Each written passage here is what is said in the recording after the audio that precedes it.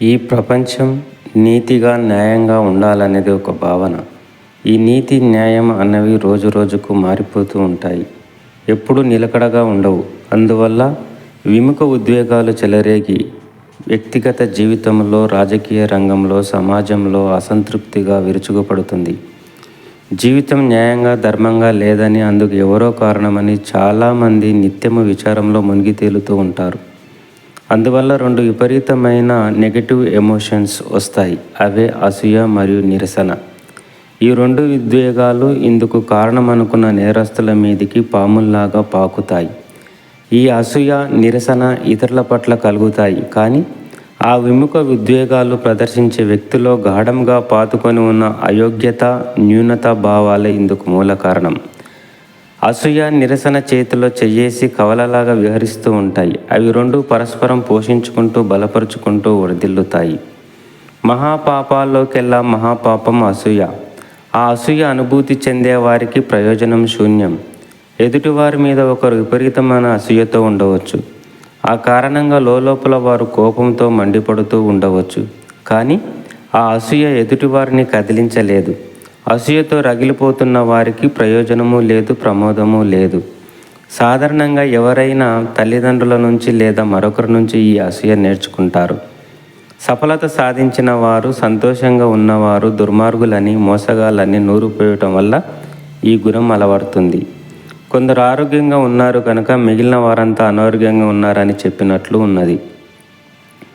మన సమాజంలో జాతీయ స్థాయిలో, అంతర్జాతీయ స్థాయిలో కూడా సామాజిక, రాజకీయ సిద్ధాంతాలు అన్నీ ఈ అసూయలో నుంచి పుట్టినవే.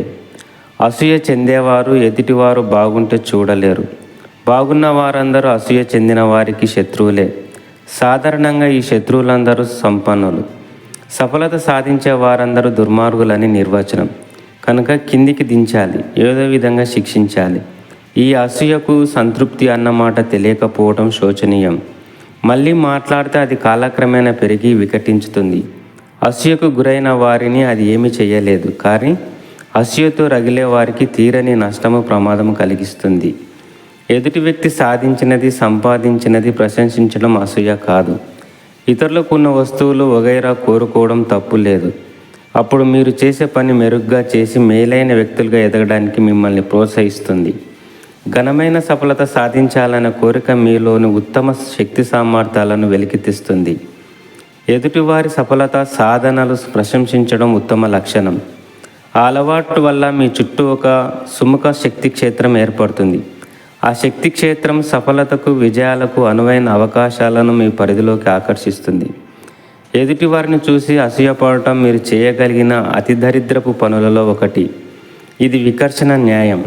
మీరు అసూయపడినప్పుడు మీ చుట్టూ ఒక విముఖ శక్తి క్షేత్రం ఏర్పడుతుంది, నెగటివ్ ఆరా ఏర్పడుతుంది. అది సఫలతను, ఆనందాన్ని మీ జీవితంలో నుంచి బయటకు తోలుతుంది. అనేక మంది జీవితాలలో నిరాశకు, వైఫల్యానికి, విచారానికి ముఖ్య కారణం ఈ సూత్రాన్ని అపార్థం చేసుకోవటమే. ఇతరుల గురించి విముఖంగా అంటే నెగటివ్గా ఆలోచించి వారు తమ జీవితాలనే ధ్వంసం చేసుకుంటున్నారు. అసూయకు కవల సోదరి నిరసన. ఎదుటివారు మనకంటే మేలుగా సాధించారు లేదా మనకంటే బాగా ఉన్నారు అన్న అనుభూతిలో నుంచి ఈ నిరసన పుట్టుకు వస్తుంది. కొన్ని రాజకీయ సిద్ధాంతాలకు శత్రువులు కావాలి. తమ పార్టీ సిద్ధాంతాలు బలపరుచుకోవడానికి అవి మాత్రమే సరైనవని చెప్పడానికి వారికి శత్రువులు కావాలి. వారి మాటలు విని మీరు అందులో ఇరుక్కోకండి. ఆ నిరసన ఒక ఊబి.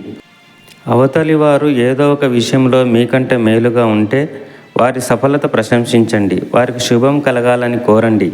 అదే స్థాయిలో సఫలత సాధించాలంటే ఏ రంగంలో వారిని అనుకరించాలో ఆలోచించండి. ఈ విధంగా ఆలోచిస్తే మీ చుట్టూ ఒక పాజిటివ్ ఆరా ఏర్పడుతుంది.